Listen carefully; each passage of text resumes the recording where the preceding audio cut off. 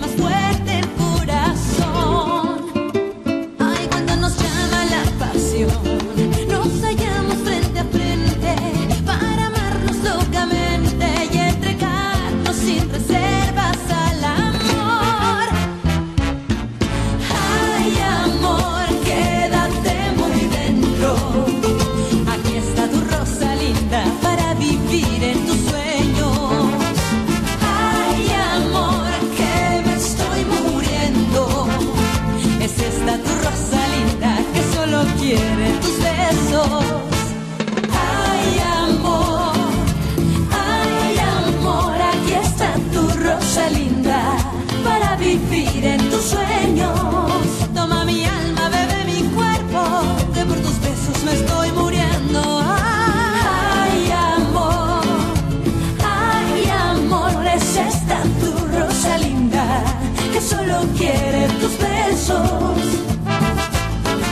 Rosa linda, rosa linda.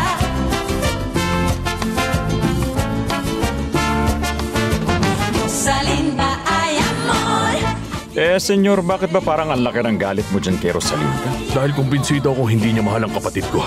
Na pera lang talaga ang habol niya. Sa tingin mo ba hindi kami magiging masaya ni Rosalinda? Sigurado ako dyan na hindi. Kung papayag siyang magpakasal sa akin, dahil yun sa naniniwala siyang matututunan niya rin akong mahalin gaya ng pagmamahal ko sa kanya. Tingin ko mas maganda kung hayaan na lang natin siya. Huwag na natin sirain ang kasal niya. Hindi ako makatanggi. Hindi ko kaya. Pero isa tong malaking pagkakamali. Hindi mo alam kung anong kaya kong ibigay, marinig ko lang sa iyo ang salitang mahal kita. At hindi ang paghanga. Pero may dapat gawin si Fernando si. Ano naman ang iniisip mo? Maling ituloy ni Rosalinda to. At si Fernando si ang dapat pumigil. Tito Alfredo, ikaw ang parating nandyan para sa akin. Nakikiusap ako. Huwag mo na sana akong iwan. Kailangan na kailangan kita.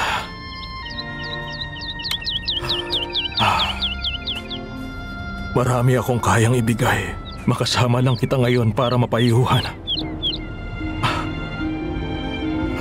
Alam kong nagsimula ang lahat ng sakit at pagdurusa mo. Noong natakot ka. Noong hindi mo alam kung paano ipaglalaban ang babaeng pinakamamahal mo. Ayokong mangyari yun sa akin, Tito. Ayoko. Ayokong mapuno ng pagsisisi ang buhay ko.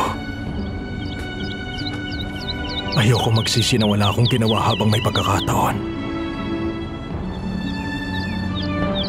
Pero ayoko na rin kuluhin pa si Rosalinda. At higit sa lahat, desidido na siyang magpakasal kay Agustin. Hindi ko alam ang gagawin, Tito.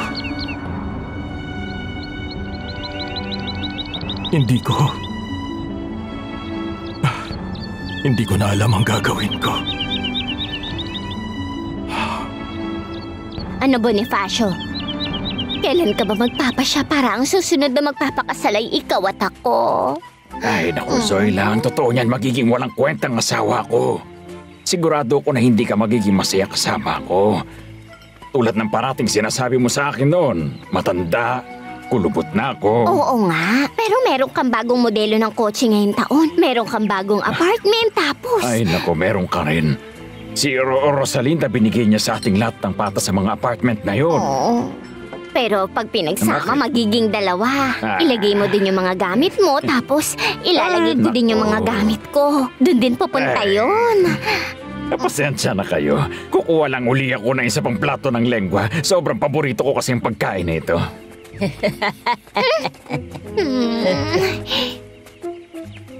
Abril, pwede mag-usap tayo?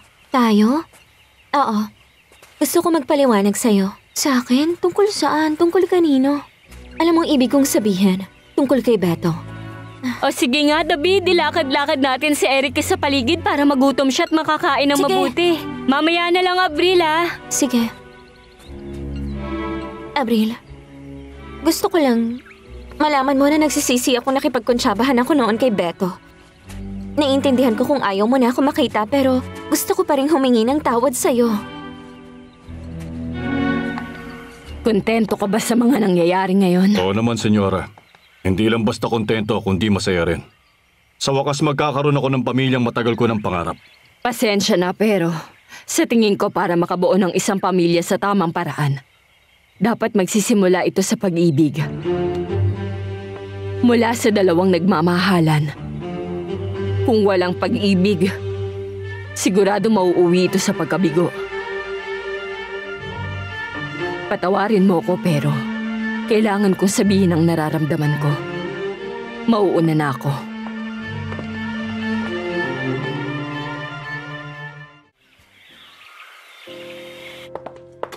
Alam ko kung gaano kahirap ito para sa'yo, Veronica. Pero hindi ka pwedeng umalis. Hindi ka dapat umalis. Patawarin mo ko, Soledad, pero hindi ko na kayang ganitong palabas. Lalo na ngayon na sigurado ako nagdurusa na ngayon si Fernando Jose at hindi lang siya maski si Rosalinda. Veronica, ngayong nagkaayos na kayo ng anak mo, hayaan mong bigyan kita ng payo. Isang payong dapat parati mong iisipin. Na hindi natin pag-aari ang mga anak natin, lalo na kapag may mga isip na sila at kaya na nilang gumawa ng mga sariling desisyon. Maaari silang magkamali, totoo yun. Pero sila mismo ang dahilan kung bakit sila nagkamali. At yan ay bahagi ng buhay. Yun ang tanging paraan para tumanda silang may natutunan. Hindi mo ako makukumbinsi. Sinabi ko na sa'yong hindi ako sumasang-ayon sa kasal na to kaya aalis na ako. Hindi ko kayang masaksihan na sirain ng anak mo ang buhay niya. At ng anak ko. Veronica, nagmamakaawa ako. Pag-isipan mo muna. Gawin mo ito para sa lahat ng ginawa ng anak ko para sa'yo. Huwag mo naman siyang iwan ngayon.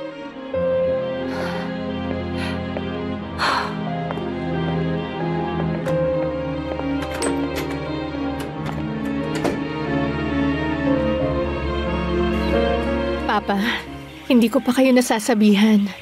Gusto ko sanang ikaw ang maghatid sa akin bukas sa altar. Anak, pinasaya mo ako ng sobra. Labis kong ipinagmamalaki na binigyan mo ako ng ganitong karangalan. Hindi, Papa. Ikaw lang ang karapat-dapat para dito. Utang na loob ko sa inyo ang buhay ko. Hindi, anak. Siguro maraming beses ako nagkamali sa pagpapalaki sa'yo at labis kong pinagsisisihan yon. Kaya nagpapasalamat ako sa buhay dahil binigyan ako ng pagkakataong masaksihan ng sandaling ito para magawa kong masabing patawarin mo ako. Patawad sa mga pagkakataong pinahirapan kita. Hinihiling ko yan sa'yo mula sa puso ko. Papa! Papa! Gusto ko lang sabihin, hangad ko ang buong kaligayahan mo dahil yun ang nararapat para sa'yo, anak. Papa! Bakit naman kayo nag-iiyakan dito? Alam mo na, ganito talaga kapag bukas na ikakasal. Pwede ko bang kargahin si Luis Javier? Oo Sige na, naman. kargahin mo. At gusto rin namin samantalahin ang pagkakataong to para hilingin sa'yo na ikaw maging ninang niya. At si Senyor Javier ang ninong. Hindi ko yan tatanggihan. Ganon din ako. Di simula ngayon. Kumaret kumpare. Pare. Uy, naku, napakagwapo naman ito. Kumari na kita. Oh, baby. Ibig sabihin, papatawarin mo na ako? Sinabi ko na sa'yong naiintindihan ko na naging irresponsable tayong lahat at hindi ito tungkol sa pagpapatawad ko, kundi nais ko nang kalimutan si Beto at lahat ng may kinalaman sa kanya sa buhay ko. Gusto ko nang makalaya. Kaya kung gusto mong maging magkaibigan tayo balang araw, huwag mo siyang babanggitin sa akin kahit kailan. Sige, pinapangako ko.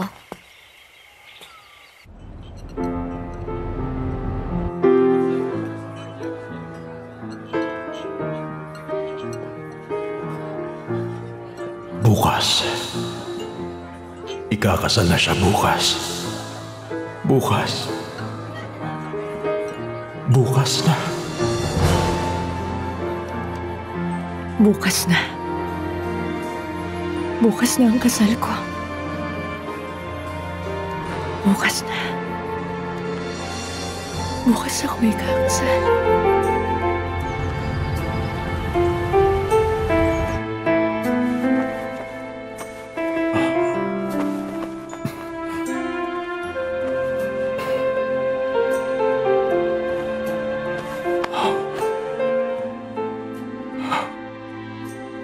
Hindi ko pwedeng hayaang makasal si Rosalinda sa ibang lalaki.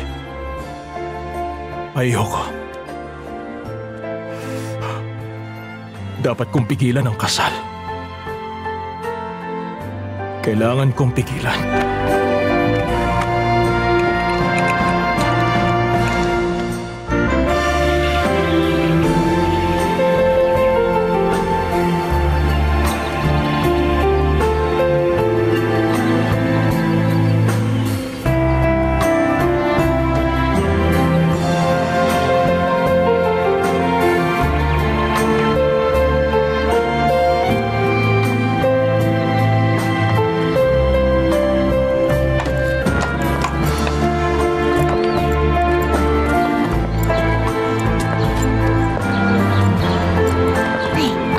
Pasensya na kayong dalawa, pero sinabi ko nang hindi ako maniniwala sa mga walang kwentang bagay.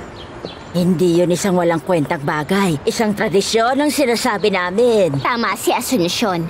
Hindi pwedeng magkita mga ikakasal nang wala pa sa simbahan. Baka hindi sila maging masaya. Sige, bahala kayo sa sinasabi ninyo, pero aalis lang ako sa kinatatayuan ko kapag lumabas na si Rosalinda. Ayan na ang siya. aking Rosalinda.